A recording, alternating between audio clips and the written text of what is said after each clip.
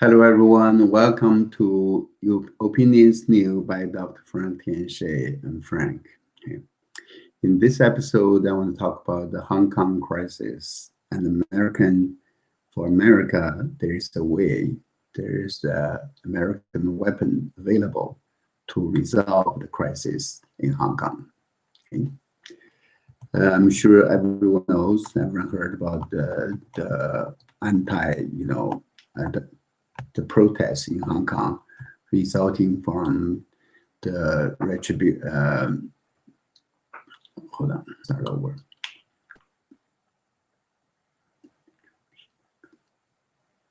Start over, sorry. 对不起啊，从头开始，从最高开始啊，重新开始。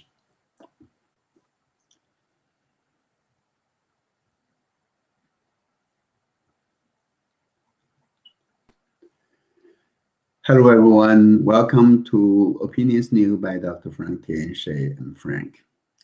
In this episode, I want to talk about the Hong Kong crisis and the real fear of the Chinese Communist Party and how America can help to resolve the crisis. Okay. Well, I'm sure many of you or many of us have heard about the crisis, the protests in Hong Kong that resulted from the extradition bill that China wanted the Hong Kong government to impose on the people of Hong Kong. And then now the Chinese Communist Party, the regime in mainland China, actually started to impose our national law, based on national security, to impose that onto Hong Kong and to amend the Constitution of Hong Kong or the basic law of Hong Kong. Right? And the protest, we know that started last year after some period of silence, through the months of the pandemic, worldwide pandemic. We have seen some calming down of the protest, but in May and into June, there's a rebirth of protests, continued protests. Now, with the Chinese People's, so-called Chinese People's Congress passing the law to impose the national security-based, rules on Hong Kong, and we all know, people in Hong Kong know clearly that they're really, in great danger. They're really there for their last battle to gain freedom. Yeah. But we know, I want to ask you a question. See, everyone knows that the actions taken by the Chinese communists in Hong Kong is going to ruin Hong Kong, right? It's going to ruin this pearl of the Orient, Eastern Pearl, right? The free port city of Hong Kong, right? And in fact, the communist regime itself had tons of interest in Hong Kong. They benefited a lot from economy, economic corporations, trade, finance, even intelligence and science and technology. They got a lot to learn, to obtain from Hong Kong. Why are they trying so hard to kill a hen that's laying a golden egg? Why are they trying to destroy Hong Kong? Don't they see that they have the vested interest in Hong Kong? So the reason for that is, we have to realize why Hong Kong has become such a focal point and center of fear to the Chinese Communist regime. Then we realize why they're doing things so irrationally, and why there are ways for us to actually defeat the communists. As to why the Chinese regime is trying or tried so hard to destroy Hong Kong, many people advance it, many commentators have advanced many theories. They talk about the logic or the motivation behind the China's move on Hong Kong. Some say that it's because Hong Kong basically is becoming the basis for anti-communist, movement, right? So they have to uh, eliminate that. But that's not something new. Hong Kong has always been at the front line of anti-communist, against standing up against Chinese communists, right? In China, mainland China. Some say that Hong Kong and Taiwan kind of like forming kind of a coalition or alliance in fighting Hong Kong, in fighting communist China. That's why they have to destroy the CCP, or communist China has destroyed Hong Kong and Taiwan separately, or successively. Others are talking about the election in the legislative election in Hong Kong that's coming in September. And Beijing believes that they don't have a chance of winning the election. So they might be losing control in the legislature. So that's why they have to do something. Others saying that the Chinese regime may feel that America is advancing or is playing the Hong Kong card to counter China. That's why, China has to do something. But still others believe, um, there could be tons or combination of all the reasons behind Chinese motive in doing what they are doing towards Hong Kong. Basically, if you think about that, think about it.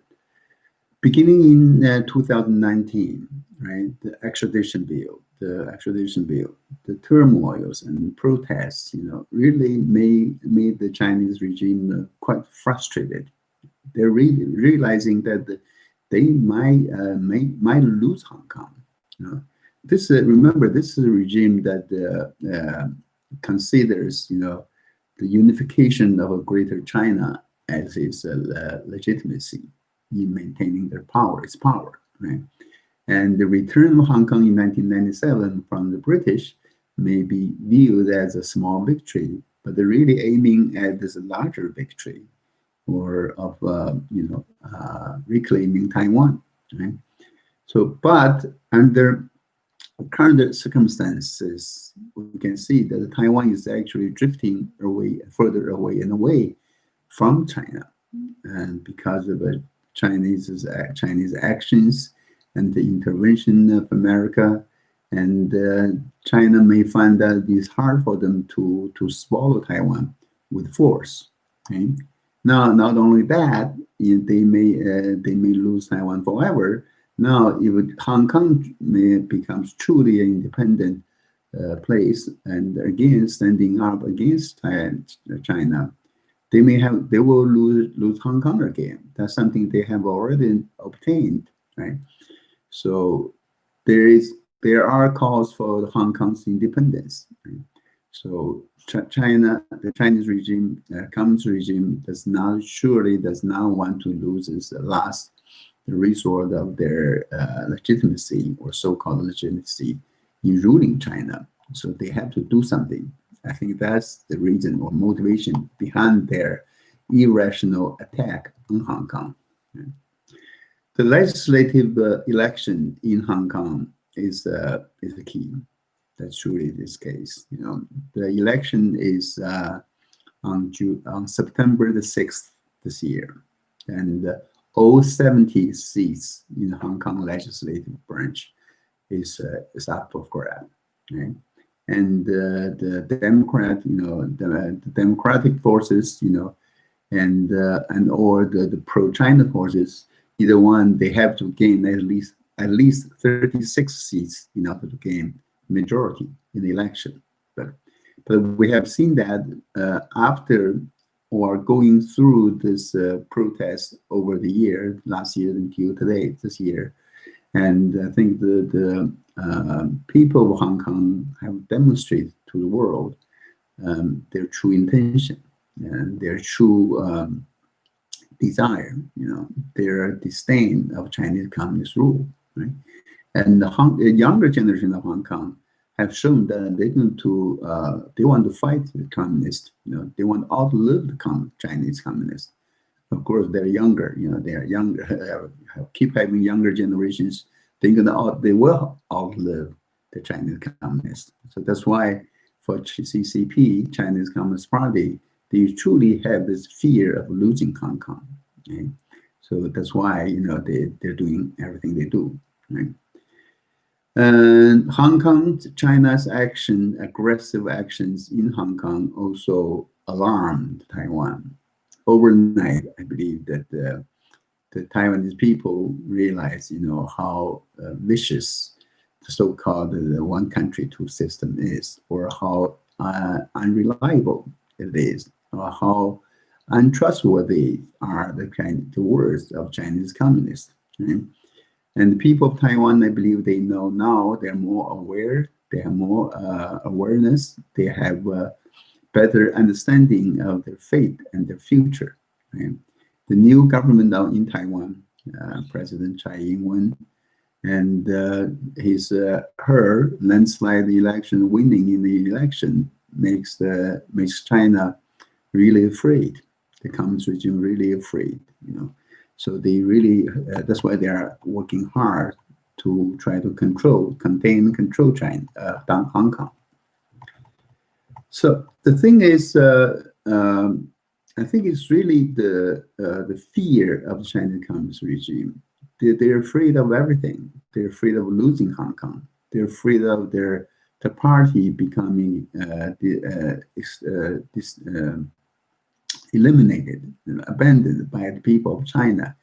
And they're afraid of losing Hong Kong, afraid of losing the talents, money, management talents, and of Hong Kong. And they're also afraid of losing the only channel they have now to obtain technologies, advanced technologies from outside the world, and losing Hong Kong as the basis for their intelligence, national intelligence. So they're afraid of losing money and the people, everything, and losing their own regime, their governance, their power, the grip of power. Okay? So for us, how do we find a way to resolve the crisis in Hong Kong? We have to know that we have realized is the communist regime that's in fear. They live in fear. We try to increase their fear, make them more fearful, and enlarge their fear. Let them live in fear, and then let them dissolve. End the communist rule, make them dissolve communists while they're in fear. That's the key of solving the crisis in Hong Kong, in my opinion. So what should we do then? Right? Many people ask, people from Hong Kong ask, what should people in Hong Kong do, Hong Kongers do, right? Outside of Hong Kong, in free world, in America, what can we do? We can speak up for Hong Kong. We can offer plans like this, trying to do this, and we can support them. Show moral support. We can voice our concerns to our legislative U.S. government at different levels, right? And we can do that.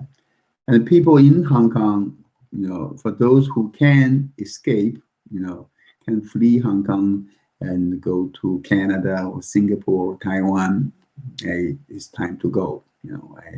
I think we all understand, you have to make sure that yourself, your family, your wealth, your assets are safe, right? But even though many countries are actually accepting refugees or immigrants from Hong Kong, at most, that's about 2 million people. But there are 7.5 million people in Hong Kong. For those of over 5 million people in Hong Kong, what should they do? They should do, I think that what they can do is they should try to adopt a non-cooperation movement with the regime, with the puppet regime of Hong Kong that's under Chinese Communist rule. And also they should spread the truth about the persecution, the attack, the violence against the peaceful protesters, everything that's imposed by the Chinese communists and the communist Chinese police. Now, also, we to truly resolve the issue or solve the problem in Hong Kong, Hong Kong needs the help from America, from the United States, and international community. Right? And America seems to be offering its help now, and there has been a law just passed, Hong Kong Human Rights Act, and and also there is a partition. There is a research study by some 150, I believe 150, 40, 140, 150 GOP congressmen and senators in Capitol Hill about how U.S. should do to punish those Chinese Communist officials who are, hurting the human rights, who are destroying the human rights in Hong Kong or limiting Hong Kong's freedom. Right? And that's good. I think that's good study and good proposal, good suggestion that the Trump government should consider and adopt. But we haven't seen much action, immediate action from the government of the U.S. government. Now, what should we do? You have to think about it. Remember in World War II, during World War II, America was hesitant to start a fight, to join the fight with the Japanese, until then when, until Pearl Harbor, took place, right? I believe, do we need another Pearl Harbor on American soil, American property, and American people in order for the U.S. to be fully determined in fighting the communist rule or potential communist rule in Hong Kong? I think the new Pearl Harbor of 2020 has already taken place. That is the CCP virus and the Wuhan pandemic, right? We have all the reasons to believe that it started from China, is probably used by the communist regime to weaken, to destroy America and the world. Right? In World War II, the U.S. government made this determination. It finally made up its mind determination to fight Japan after Pearl Harbor and drop two bombs, right? Two atomic bombs, the little boy and the fat man, on Hiroshima and Nagasaki. Okay? And then we ended the Japanese aggression and World War II. Okay? Right now, I think America has two nuclear weapon grade weapon, nuke grade weapons that we can use to fight the Chinese communists. What are they? I think two. One is the investigation, full-scale investigation into the pandemic, the Wuhan virus and Wuhan lab, biological lab, and the spread and the cover-up and truth, the final truth surrounding this Wuhan pandemic, okay? And full investigation into that. And second one, it's not something new. It's about organ harvesting by Chinese government on Falun Gong practitioners in China. It said that over tens of thousands of people have been harvested their organs because of their belief. So we have evidences. We have seen evidences, reports on that, investigative reports on that. And if the U.S. government can do something to start investigation on organ harvesting by the Chinese communists, and then with the two reports, two investigations together, we can truly, will be able to truly unveil the true nature of Chinese communist regime, how evil the regime is, what kind of atrocities that the regime has done upon others, upon America and the people of the world. Right? Some people, I heard that so many people are trying to smuggle guns, like handguns or rifles into Hong Kong to fight Hong Kong police. I don't support that. Yeah, I believe that's a bad idea, because even with hundreds of thousands of pistols or rifles, what can Hong Kong people do? It only gives the Chinese regime an excuse for them to use force, use military to crush Hong Kong. So I don't think that's a good idea, right? What should we do? We should spread the news, spread the truth. We can use information warfare or media warfare or internet warfare or even psychological warfare by the people of Hong Kong and by people, freedom-loving people outside of Hong Kong who love and care about Hong Kong. Right? We can do that. We can persuade China, U.S. government to launch these two nuclear weapons. That's the two investigations into the pandemic and organ harvesting. And then when the truth, ultimate truth, is found, is uncovered, I believe the communist regime will die, will be finished in fear. That's what I have for this episode of Opinions New by Dr. Frank Tianshi. I'll see you next time. Bye-bye.